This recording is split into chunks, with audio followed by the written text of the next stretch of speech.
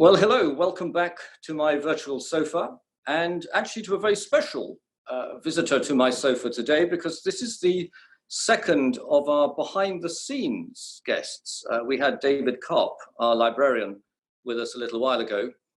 And now we're going to talk to somebody who actually wears two hats. She has a very important behind the scenes role, but she also plays viola in the orchestra.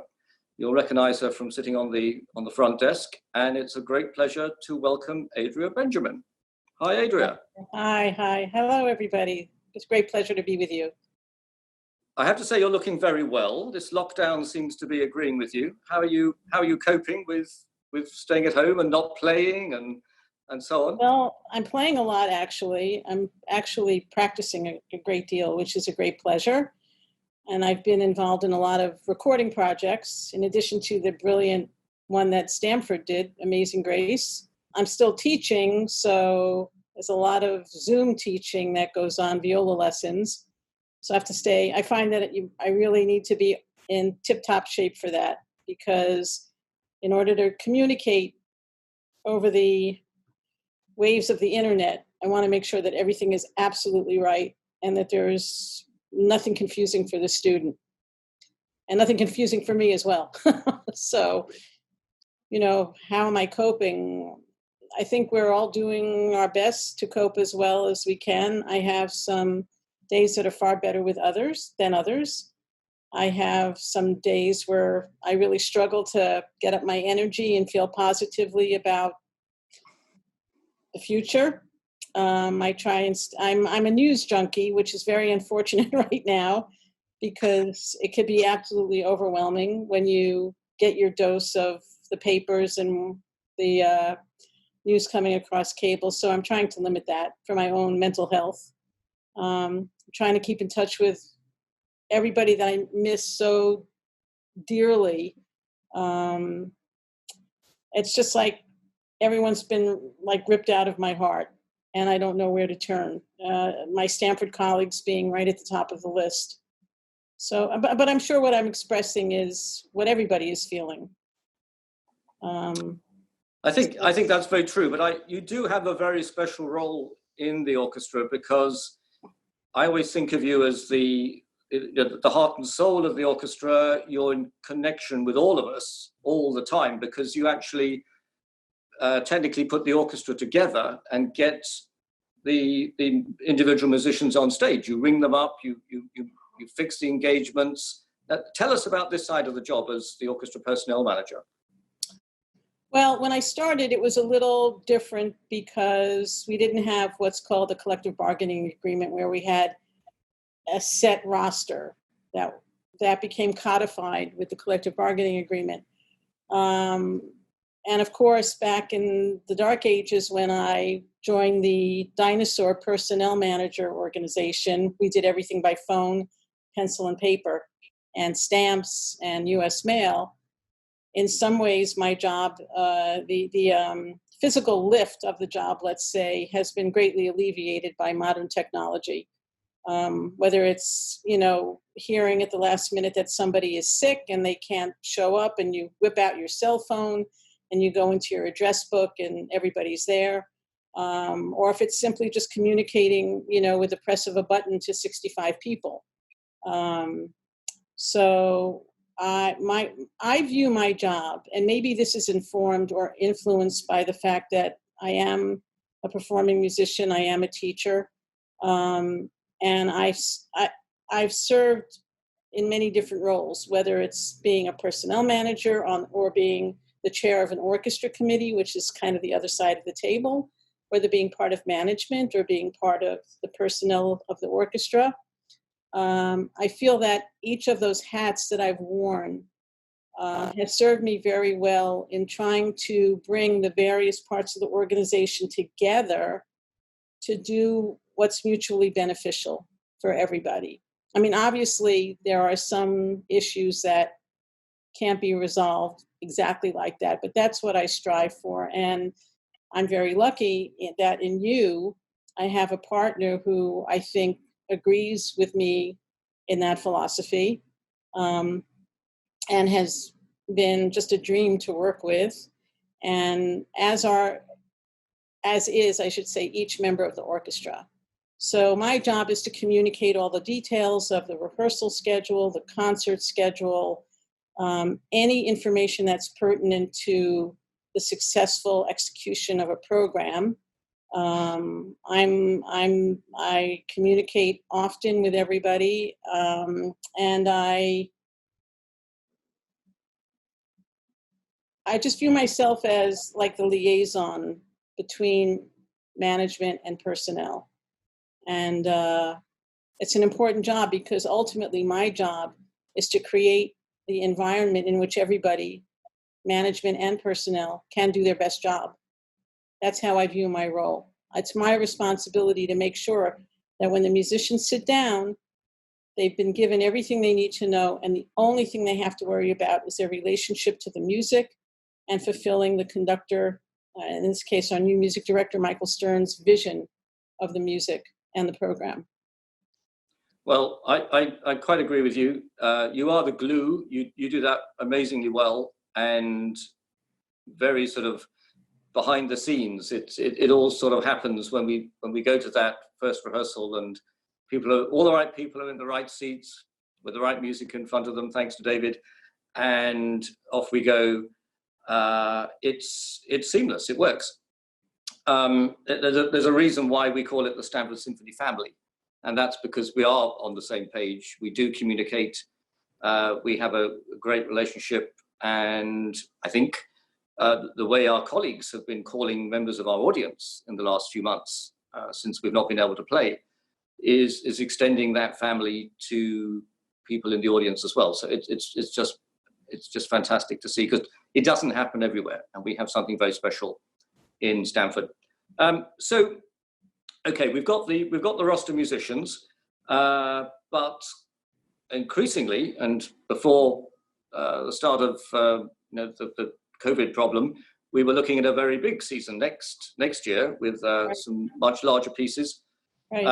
And we still haven't given up on what will come in 2021, fingers crossed. But you have to go and find extra musicians Absolutely. if we need a second harp, we need a third percussion or something. Right. So you have a little magic black book, or how do you do that? Well, it's a lot of lists on my computer, basically. And Stamford does have an affiliation, a long-time affiliation with certain pools of substitute or extra musicians. Extra musicians being those that you would not normally need. So let's say we're doing like Janáček Sinfonietta, which has 10 or I think it's 10 trumpets. We have 2 trumpets on our roster. So now I have to bring in, extra trumpets. And substitute musicians are those musicians who would fill a particular chair that is empty because one of our rostered musicians was unable to accept a particular concert. So I keep lists, very careful lists. I've developed those lists over many, many years of playing within the New York freelance community and playing up in Connecticut, and also consulting with the principals of each section to ask them, please check this list. Is there somebody you'd like to take off? Is there somebody you would like to add? What is the timetable for that? How far in advance do you tend to engage those extra musicians to come and play with us? After checking with the principals and kind of vetting the list every year, which I try to do, which is a good thing to do,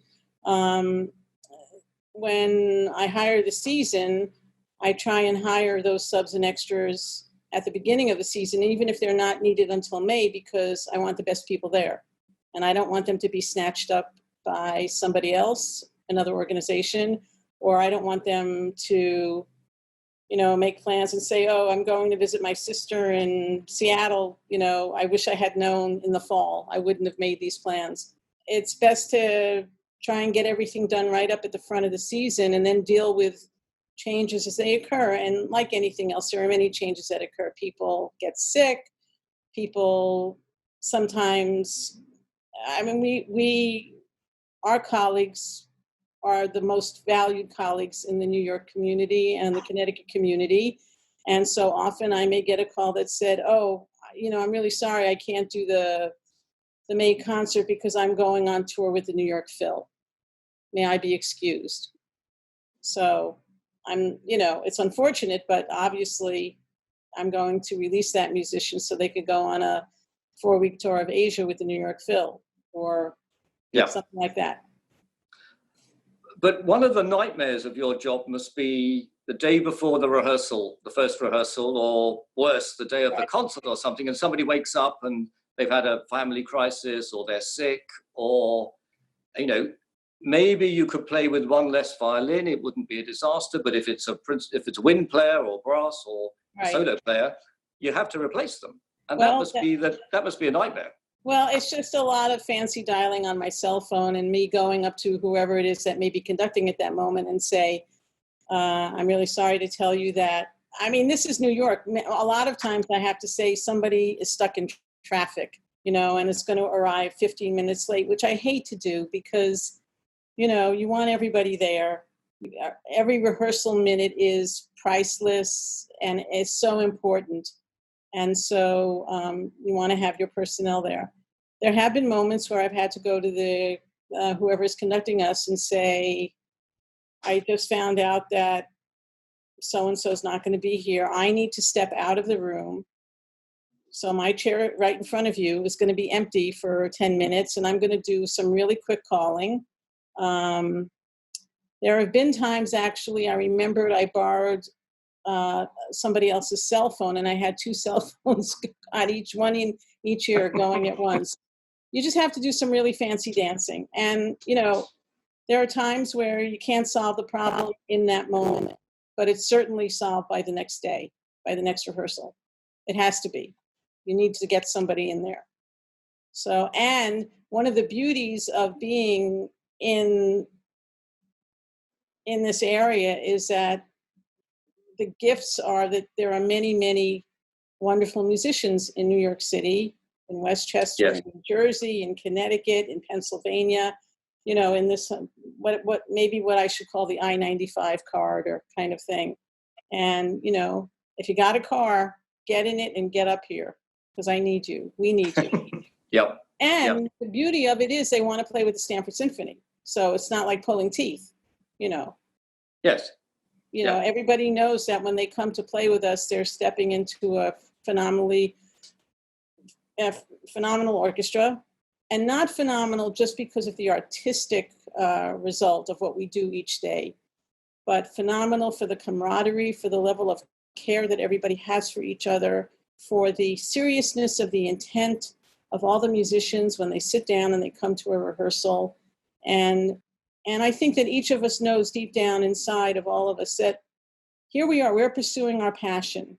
And what a gift it is to be able to sit amongst like-minded people that you've worked with for many years, fulfilling a mission that you all believe in, and knowing how much pleasure that you're going to bring to your audience and that you're going to release them for that moment in the concert from all the tensions of their day and just let them breathe easy and enjoy the beauty that we get to create on the stage of the Palace or wherever it may be that we are playing.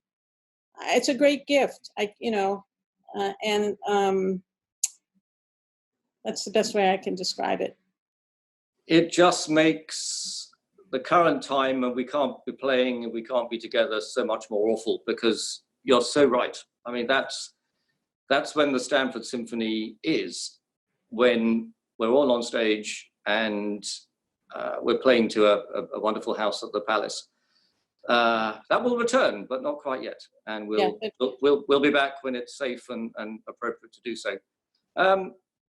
Will you admit to any great booking disasters or any nightmare that fell into your lap?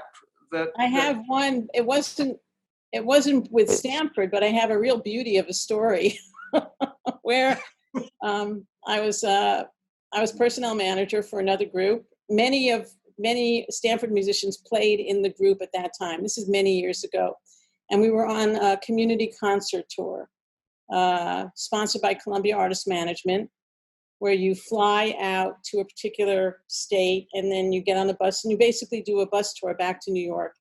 and you play in various communities. And I'm not going to name the state where we were or anything, but we were in the middle of our tour, and we arrived at the venue, and we were setting up on stage, and the librarian came running over to me in a panic and said, "I forgot to take the music off of the bus." And I said, "Okay." And we were doing a sound check. The great thing was we had done the program like 15,000 times. So, and it was a Mozart-sized orchestra. So strings, 2 oboes, 2 horns, and timpani, I think. And so small. So basically we did the sound check with everyone playing from memory. So my colleagues are all doing the sound check with the conductor, and I'm on the phone, and I call the police department of this little town that we're in. And I said, "This is a situation, and can you look for the bus? Can you drive around and look for my bus?" Because it was a big, 45, it was a tour bus. Yep.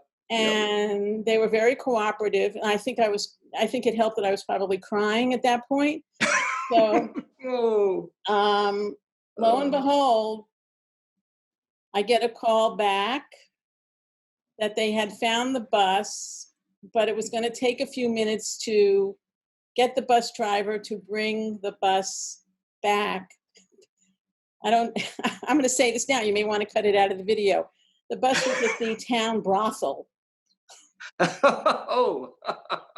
So there you go. But this was a long time ago. But we got our music. And we played our concert, and it makes for a great story, and everybody remembers it, and there you go. Yeah. That's how these things, what do they say? What goes on tour stays on tour. Exactly. Or something like that. Yeah. Well, Adria, thank you so much for what you do. It's my great pleasure to work with you. We get an awful lot done, and I think we're talking a little bit more than usual at the moment, given the strange circumstances we find ourselves in. But you are one of the great pillars of this organization. Thank you for all you do, and thank you for being my guest on the sofa today. Thank you, Russell. I just want to reiterate something, because this is, everybody may think this is the usual situation, but the relationship that Stamford, the entire organization, its board, its management, its musicians, and its audience, this entire organic system that we have is really remarkable. And I know that I speak on behalf of all of my colleagues that, to those of you watching this couch talk, that it's our fervent hope that you're all well, that you're dealing with all the challenges as best as possible, that you're in good spirits, and that you will take pleasure and solace from the material that's on the Stamford channel, which is really important for us to know that you're doing that, and that we hope that we see you soon, and we send our love to all of you. Thank you. Adria Benjamin, thank you so much. Thanks, Russell. Take care. Bye.